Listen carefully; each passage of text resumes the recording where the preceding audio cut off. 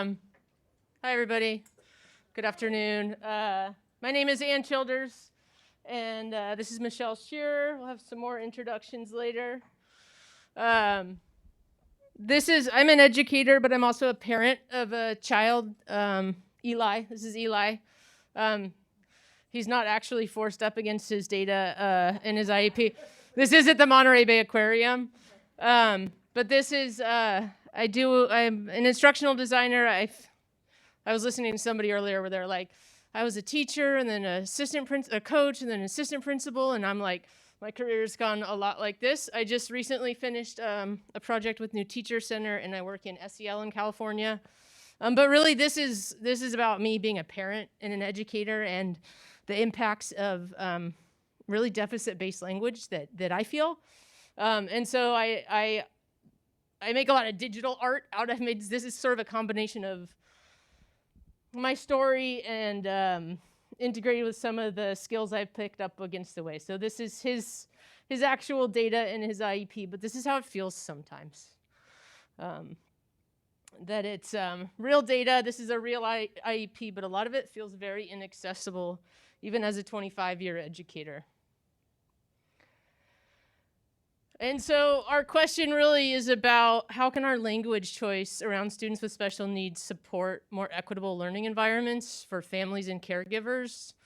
There's been a lot of talk today about language swirling around, and this is really more my experience about that language coming into my home and what that feels like.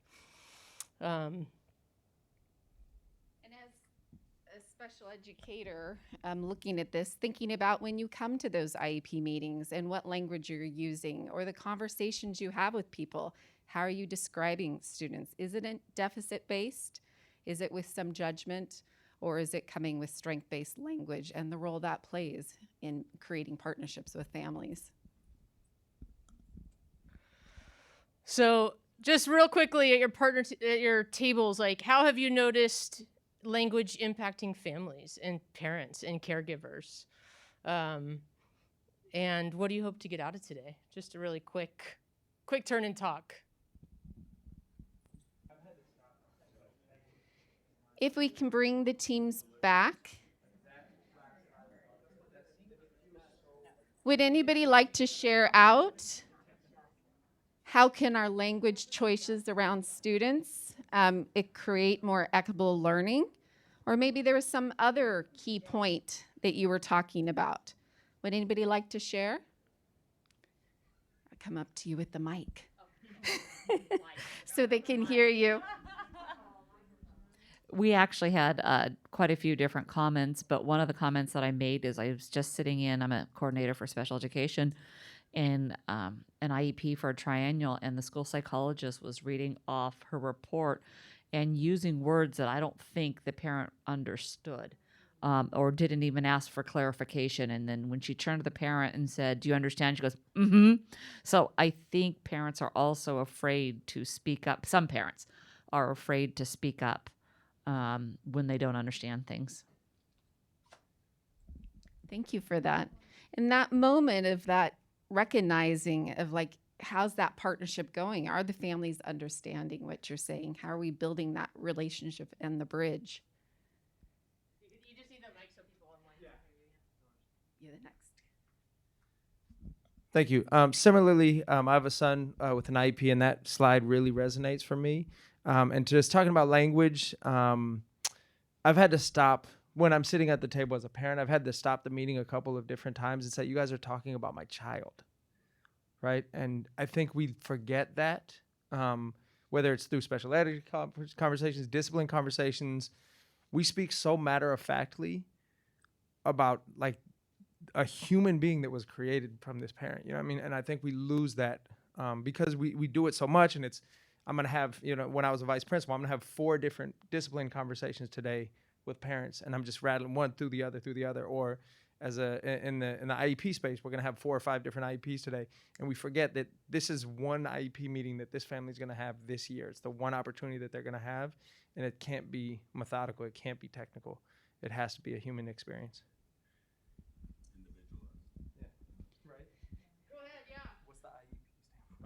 So like one of the things that kind of got brought up as well with language choice is tone. Like how delivery of tone, the same thing can be said from like one group of people to the exec with different tones from another group of people. And even though the language is still the same, the tones and the outcome and what the parent interprets it or perceives it as is interpreted differently based off of who's saying it.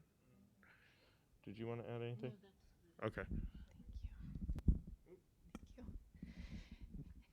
And thinking about that, when those parents come to that table, I mean, I have 2 children with IEPs. It's unsettling. You feel like you're coming to this table, and that comfort level isn't always there. So thinking about that in terms of how you're connecting, what kind of language you're using. For the goals for this session is participants will explore the powerful impact of language on all IEP collaborators. Participants walk away with concrete strategies for shifts that encourage sustainability and parent involvement. So those are the goals for this session. We're going to talk about the who with introductions, the what, deficit-based, the why, impact on parent engagement, and the how. How can we reframe our thinking with our language?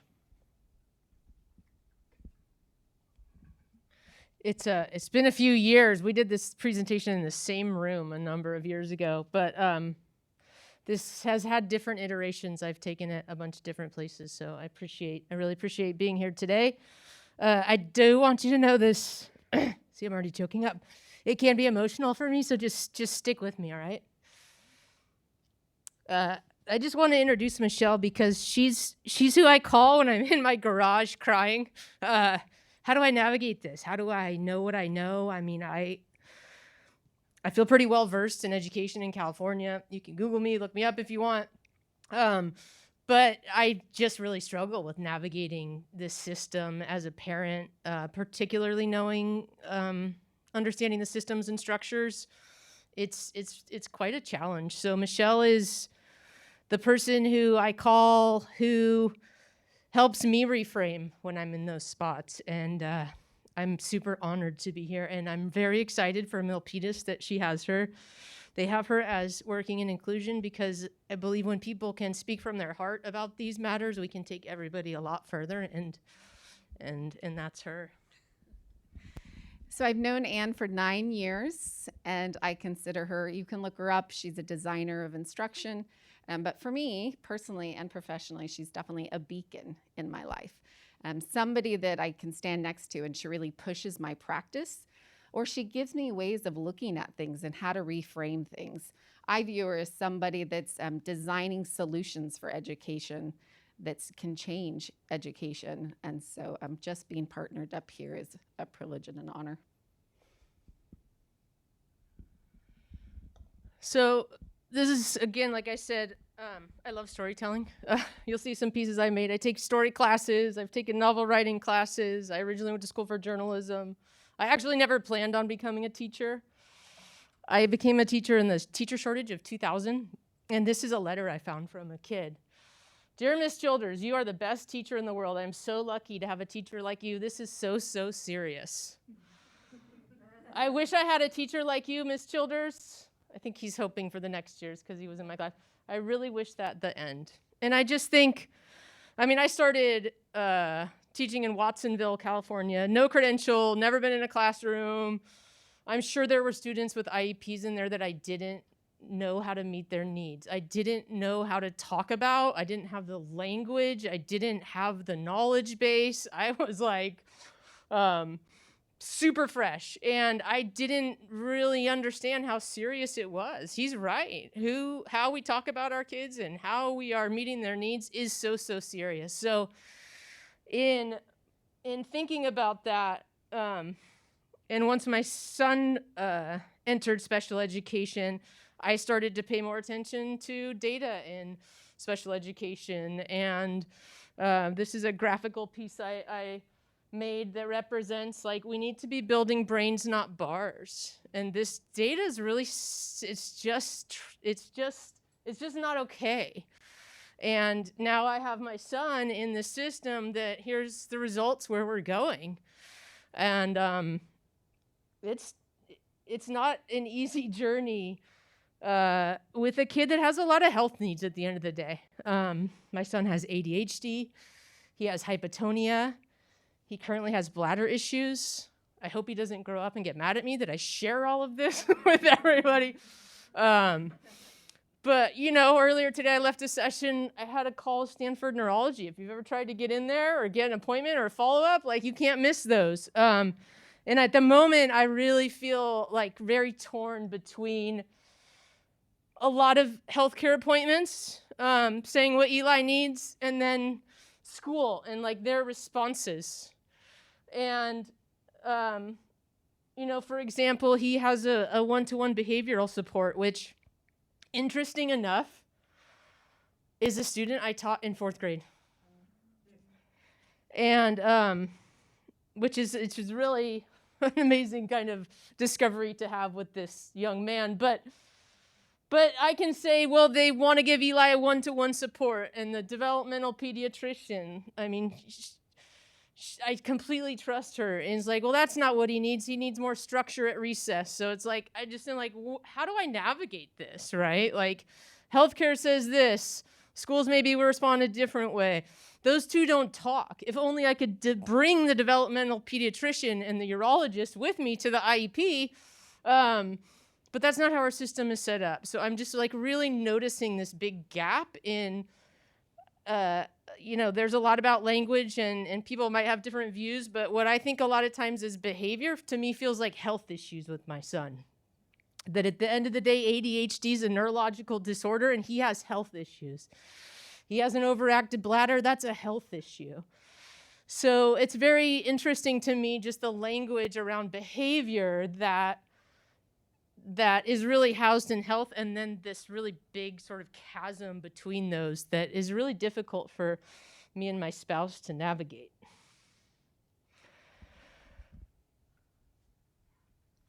So this year's my 25th year, but I say I've been in special education longer. I got my first IEP when I was 7 years old.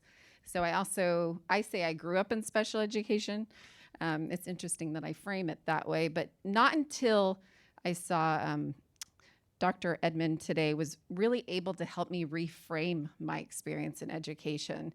Is that I've been very privileged to have a strong family and community, but I definitely have trauma from growing up in education. And he was saying today that I felt when I came into the education system, I was sparkly and brilliant and socially gifted.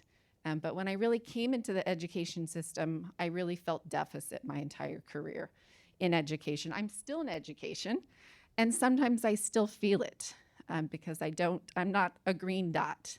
I've never been a green dot, and not until being an adult did I say I'm neurologically superior. But it took me a long time to get there. So Anne and I combined, her passion and my passion around language is a great combination. I've actually attended over 5,000 IEPs. That's something. And being intentional when you come to IEPs. This relationship matters with parents. They're an equal partner in our collaboration together. And I really do view them that way. And so just when I think about who was in my corner, just reframing that again I cried today when he was talking. It's just reframing it. Who was in my corner? My parents. My sister is younger and trained me every day in a trailer to pass my classes. But they were in my corner because they saw my brilliance. They saw my gifts. And if they hadn't, I would not be standing here in front of you. So, and I did have a resource specialist too that I still keep in contact with because she also saw my brilliance. And children feel it.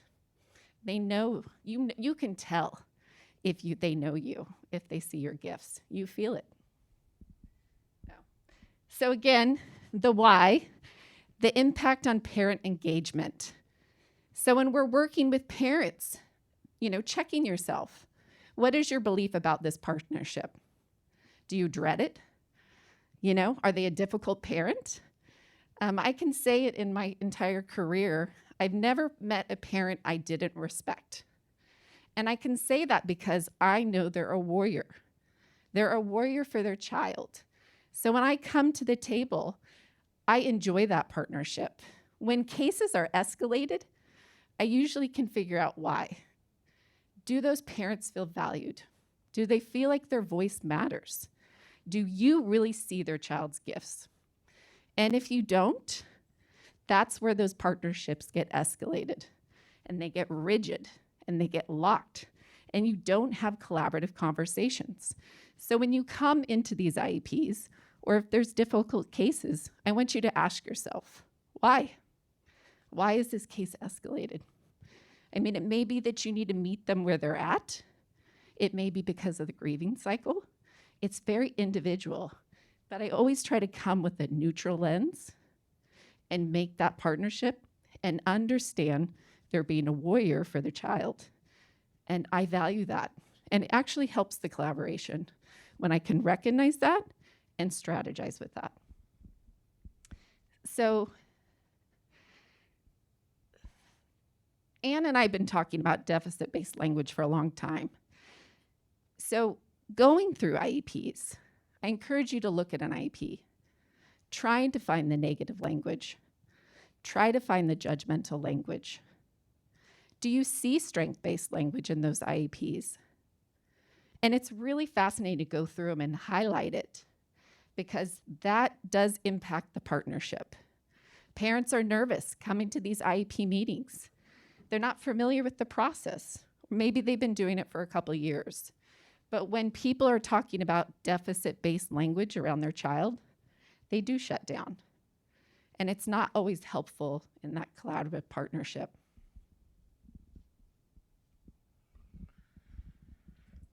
I have an IEP on Monday. And I love education. I think that's what's like, I love education. I love educators. My goal is to never like shame, or I have a strong background in coaching and designing learning for coaching. This is really just like, I just try to tell this story in the way that like, this is how it feels impactful to me more as a parent, and also ways as an educator I see, it doesn't really have to be like this. But you know, the research is like parents get dissatisfied and disengaged over time. We had the pandemic was tough in this way. My son was in kinder when schools shut, and they tried to do a behavioral assessment over Zoom in like April of 2020. And me and my spouse both were like, he was going to a new school even, like, no, let's wait till he gets to a new school. If this is what's needed, like, and Zoom is like not the appropriate place for behavioral assessment, I felt. And it was an IEP meeting, and somebody else on their side kept trying to like engage in this conversation about the behavioral plan, despite our wishes to like postpone it and let's wait till he gets there and not do Zoom assessments. And my spouse started crying and left the room. And I paused the IEP similar, and I said, hold on, we just lost the most important stakeholder here. These moments, like, they are so emotional. I mean, I really struggle sometimes with the emotional regulation during the IEPs, because you're so elevated at this conversation around your child. And it's so overwhelming. Like, I've often gotten emailed an IEP that's like, this is 32 pages long and we've got 2 hours before the meeting. It's a lot of information. And on top of all that information, I've got doctors and medical visits, like, friends and concerns, like we have PTs, OTs, like there's a lot to navigate as a parent of a child that gets a lot of services.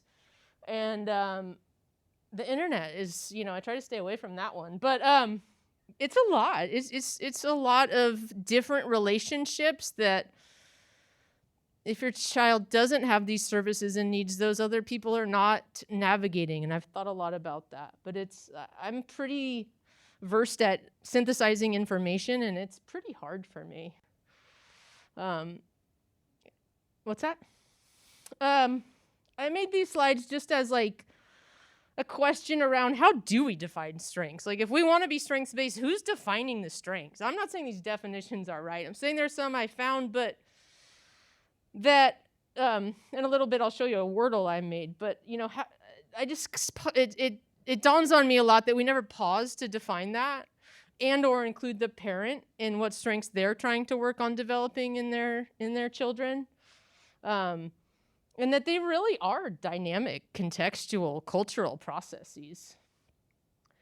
My son loves music, and he loves Dave Grohl. He loves the Foo Fighters. He wore out that drum kit. We're on a second one. But I read Dave Grohl's book. Do you guys know Dave Grohl, the Foo Fighters singer? And his mom wrote the book, and she interviewed Rockstar's parents. What do you think the common theme was? Any guesses? Huh? I think the kids were may have been diagnosed with ADHD or something. They didn't take it along in school. Yeah, I was reading chapter after chapter. I was like, that mom's reporting, and it's like, look at how these people have gone on to influence the world in such great ways. Strengths are, I like this piece about which makes life more fulfilling for oneself and others, my son, peer relationships, tough, but adults on campus will do anything for that kid. People stop me my spouse runs a summer camp, and Eli's the first person to learn everybody's name, all the counselors, and it's just everyone's so impressed. I have this, she has these 20-year-olds who come up to her and they're like, Eli makes me feel so special. He always remembers my name. He always says hi to me. And it's just really interesting. There's what Dr. Emmons was talking about earlier, how we see strengths. It feels really confined in an IEP process to me, or at least the document. And that really, the strengths relate to the cultural piece. And there's so much that happens outside. I live in Santa Cruz. My son loves the ocean. He has one of those toys that you throw in the ocean and then the waves bring it back. It's we cannot get him out of the ocean. And he's around a bunch of kids that play in the ocean in different ways. And everyone's always Eli loves the ocean more than anybody, because he will and it's true. And his engagement is his own engagement with things that may, not look exactly like how the other kids are playing, but the strengths are so there, and we so see them. Okay, the deficit piece. So this is where it gets a little emotional, but I kind of charted out some things that have been impactful to me. The first one is I'm going to show you a video I made with his language from his IEP, and then I'm kind of progressing through the grades. So I made this with the first time I got his IEP. This was when he was 4. I guess I could only make art. That's all I could say.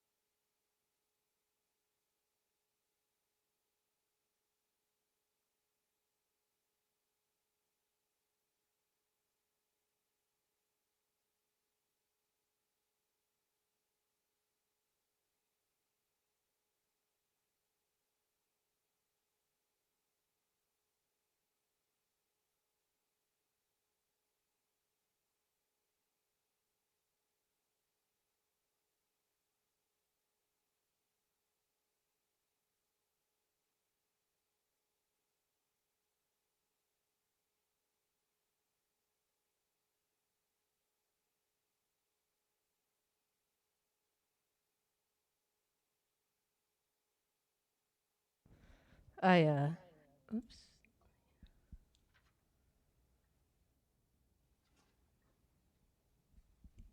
I had a job for a couple years as a district data coach. Oh, the volume on here. We kind of had technical problems. And I would show up and show the video instead of talking about data before we talk about data.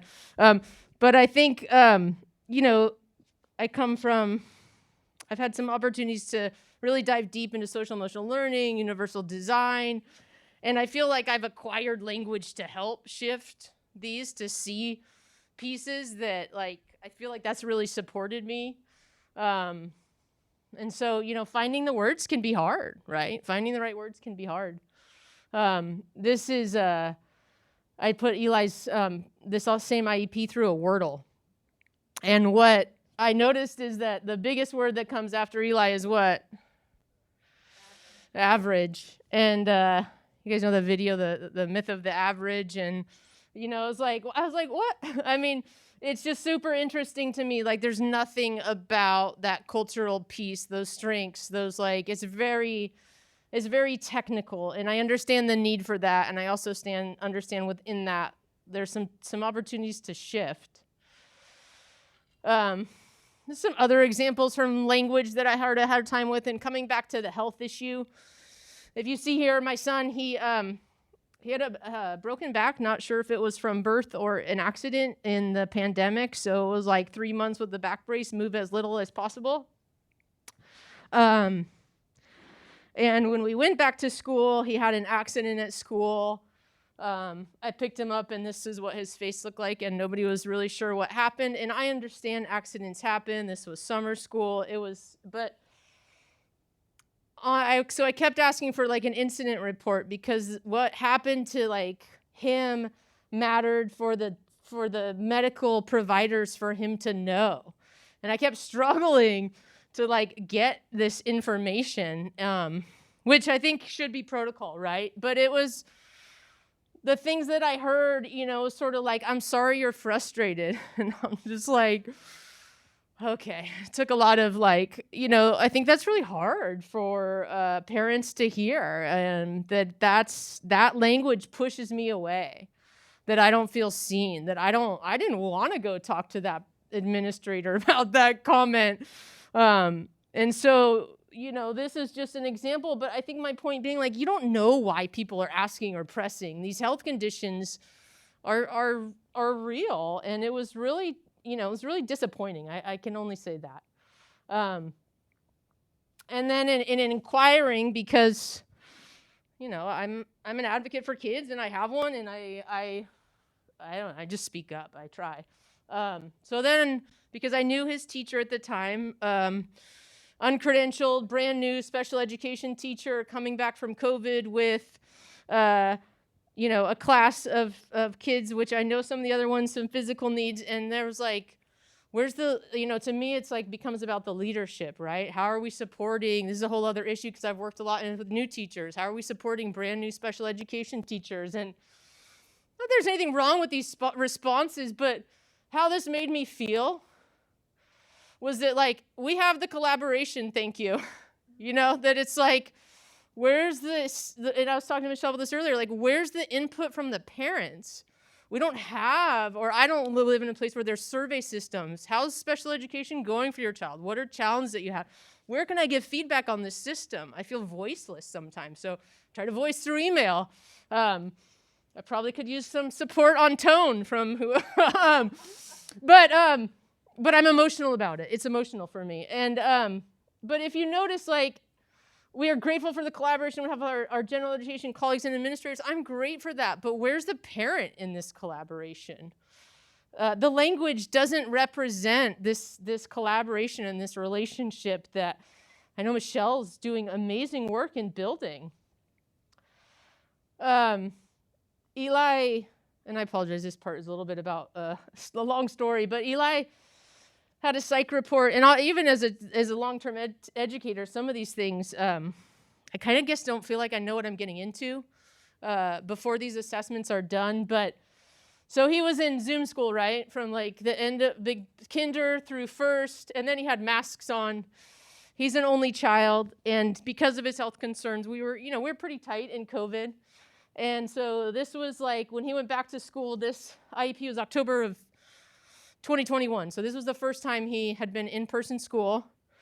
And I don't understand what that report looks like essentially, but this is, and I just screenshot, so because this is what the actual IEP looks like.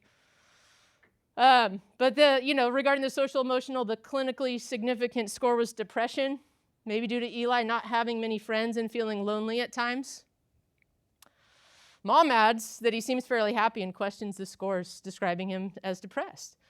She points out that he comes out of a pandemic and would not describe him as depressed or unhappy. This last sentence, the one, though, that really triggered me.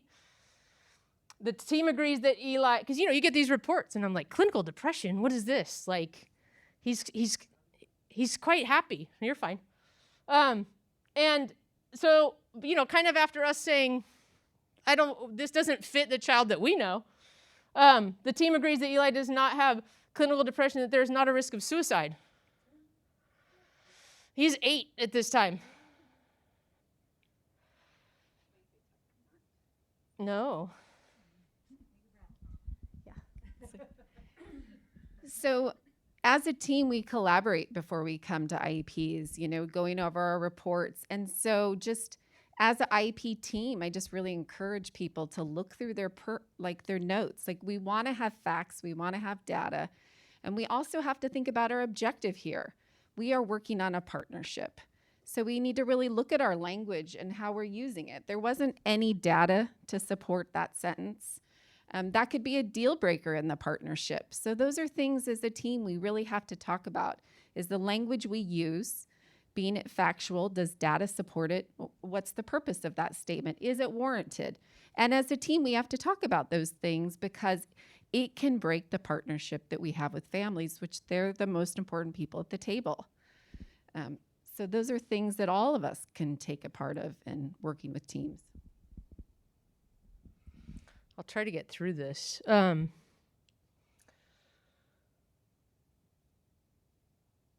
read this, Michele. I don't cry.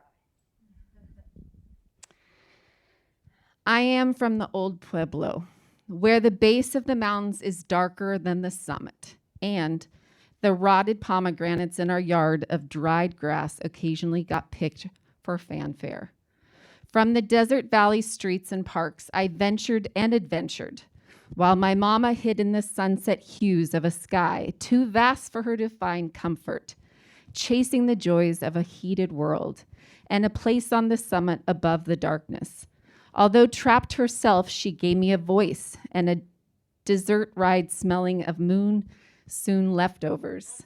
Monsoon, dyslexia. Now she sits on a bird tattooed on my forearm under a tree filled with pages, and we live looking up at the stories of others. I did this in a story class I took, and part of this was on a equity commission I was on. But one of these is my mom, and I'll say, I grew up in a house where depression was real, and I'll say I lost my mom to pills, opiates, and leave it at that. But this statement for me was really tough.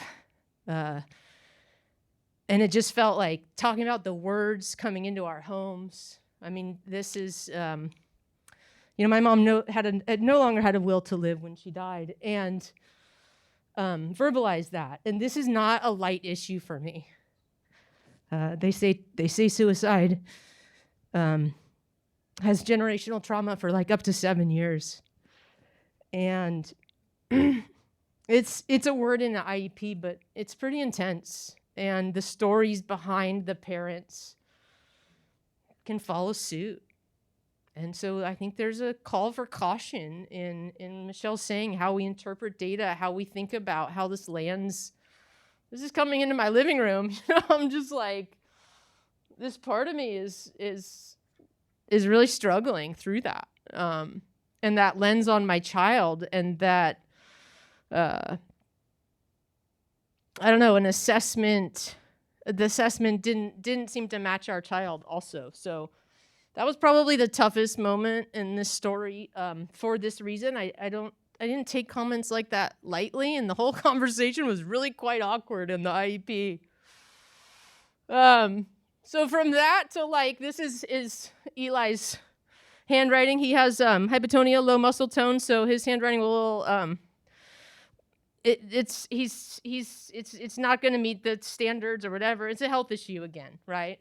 And I'm looking for like, let's teach him typing. Let's look ulterior methods. Let's like, this is going to be what it's going to be. His physical condition's not going to change.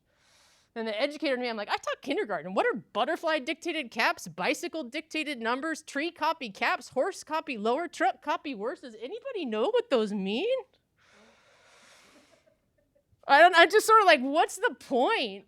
What do I take away as a parent? Even as an educator, I'm like, you know, I just see the language. Deficient, deficient, deficient, deficient, low, average, average, deficient, low, low, average, low, average. It's like, the words feel like they pile up around me. I guess that's why I try to do something with them. So again, when we are coming to the table for IEPs, these are initials or tries, and we do have data in there, we have information. But when you combined it with words that are deficit-based, it's a double whammy. We have parents that are nervous to come to the table. We're trying to build the bridge with them, build a relationship, knowing that their voice matters. When you have a report like this, it's really hard to build that bridge. And as a team, we need to talk about that and think about our language in the reports and how that must be for families at the table. Well, and I just kind of noticed this, but it says he can write almost all uppercase and lowercase letters, but not all letters are easy to read for the teachers. Well, what about for him? He'd better reading typed letters. Just not seeing the alternatives, right? Like not seeing like, what could we talk about that would actually, you know, again, sort of like, I look at this stuff and even still I'm like, okay, I have to build myself up to go engage in this process sometime. And like, I love talking about education. I love it. But this part is hard. And I told you Eli loves music, and recently he makes up songs. He like processes through songs. He loves to play the voice. And I hear him making up this song where the lyrics are, the pain in my heart is as big as the challenge. He's had a lot of invasive procedures. It's recently with him at Stanford, and you know we're trying to get him to have these procedures. He's trying to escape. It's intense, and I understand why he feels this way, and I understand why all this data. And I love data. I talk about data on a whole other topic, but this part's overwhelming, and I'm super literate. I'm very literate, and I don't know how to make sense of it. And clearly neither does he, right? Okay, so the reframing, the thinking. Here, you want to... Thank you for listening to the story piece.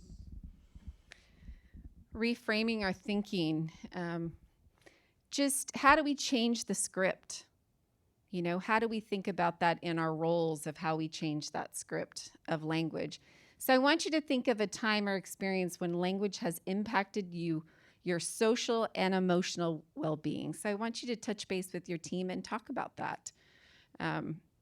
That is a vulnerable conversation. So just Get on to the application part, because I'm just looking at the clock back there. how many minutes do we have? 10. Then it's all yours. No, I just want to get to the... if you guys want, I have a sheet where we can actually look at a little practice, or you can look at reframing language I've done in the past. But here's an example of like, I got an email, it was like the speech teacher was like, hey, do you want to give input on his goals? I was like, yeah, partnership. It was one of the first times where I felt like, you know, they also talked about speech strategies, which I could access. Like, Eli, use your speech strategies, use your big breath. Whereas some of the speech is like, you know, I can't replicate what the speech therapist says to my son. And so if we have knowledge bases that are so, defined, discrete, like, you know, he gets a lot of special services, but you can't communicate so parents understand how worthwhile is that knowledge is just a question. But this is an example of feeling like a partner. And then the strategy, I use is just kind of like get curious. Michele is really an expert at helping find the strengths, because it's not just the language, it's the belief system behind it. So we have, you can either scan, there's a Padlet that has examples of presentations I've done in the past where you can see how people reframe. Or I have actually my son's IEP with language in it, and you can practice reframing at your table. So either you can use the QR code and look at that. It also has some resources, and then we'll pass around some sheets that have, it's very nondescript on purpose because I don't really want my name or his name on here for his privacy later in life, but which I've probably already blown. But you can practice some reframing or read how others have reframed for a few minutes. Questions? Does anybody want an actual piece of paper?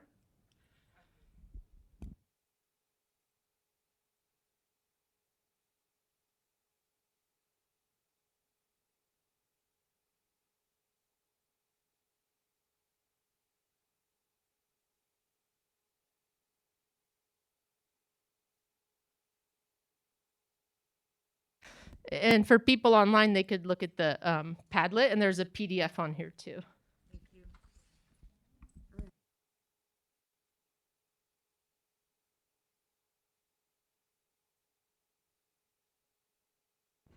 Also online, if anybody wants to put anything they reframe or that resonates with them in the chat, we can read those.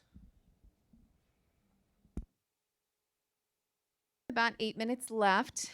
You have the resources that you can access. There is a ripple effect thinking about these resources you have and how you can use that to really spread that understanding of thinking and reflecting about your language and how that can impact relationships with families. So you can find these resources.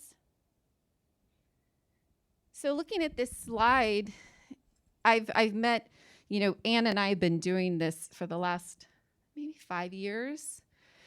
I've always tried to use strength-based language. I think when you grow up in special education, I try to embody what I want to see in education. And so we always had these conversations, and we're still having these conversations. So in the education system, it doesn't just have to be about IEPs. It's report cards. It's your conversations with parents. It's calling them to tell them, when they had a difficult day at school. It's talking about grade level meetings, team collaborations, administrators that come together and talk, hallway conversations. So it's just thinking about how we use language when we're talking about people. Not only students, but adults around us. How do we use language? You want to answer that question? I do. This is an online question. How do we change the deficit language in reports when districts and standardized assessments require this language? I've actually had that question asked to me several times. And I can't change the system. There's legal obligations within an IEP. But I can change the tone of that report. Is it a judgmental statement? Is that a factual statement? For example, I went to an IEP where a person was running the meeting, and they were saying the child was destroying the classroom and injuring everybody and aggressive. And the parents were just sitting in the chair, like shrinking in the chairs. And so I met with the teacher afterwards, and I said, how can we look about this in a different way? How can we reframe this? That their child is exploring the environments, They're curious learners, and they're continuing to work on following systems and procedures within the classroom. So there's different ways you can reframe things and still be factual and honest in where they're at on the developmental continuum. So it's taking that judgment out. We still hold IEPs. We still do psychoeducational reports. But how are we framing our language?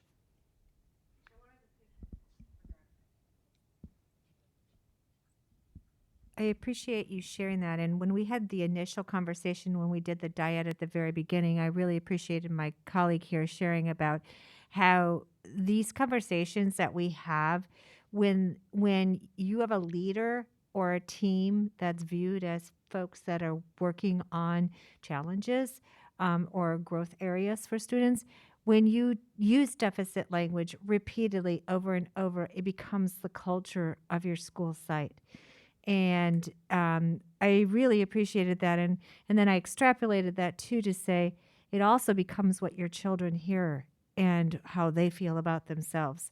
And I know with with all children, not just students with disabilities or differing abilities, that can really impact them in their life as well. So the shifting and the framing might start out little, but if you breed it, it will grow to be something that changes more globally, I think.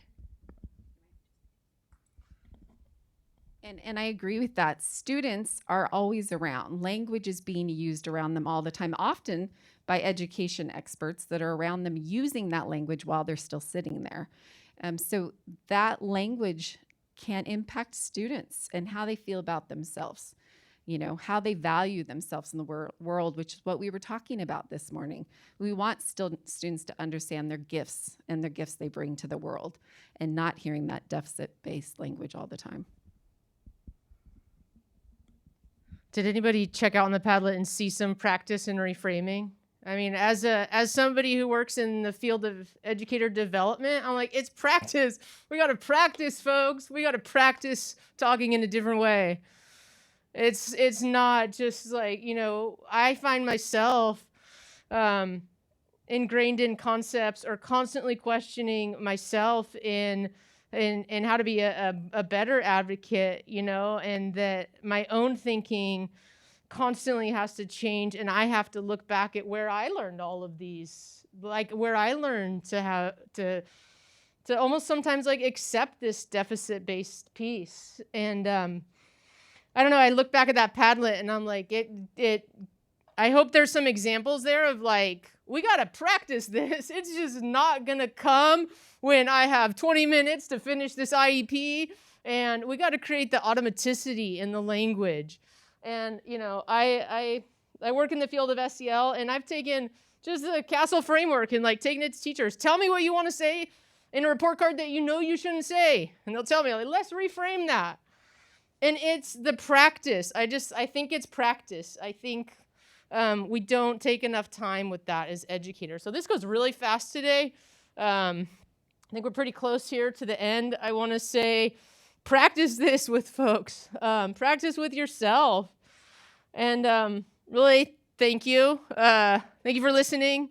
Thank you for Michele for supporting me and sharing my story. And I don't know, any other final closing comments? Or you can take those resources. I take that video on and off, depending. But if you email me, I'll probably share it with you for a purpose. But I think at the end of the day, I'm thinking it's the practice. So these things don't have to come back, and we don't have to reframe them. We're just speaking in this way. So thank you guys for staying. It's getting late in the afternoon. I keep thinking it's dark, but it's actually just the shades back there. But thank you for making a safe space for me to share myself today. And really, thank you to Eli.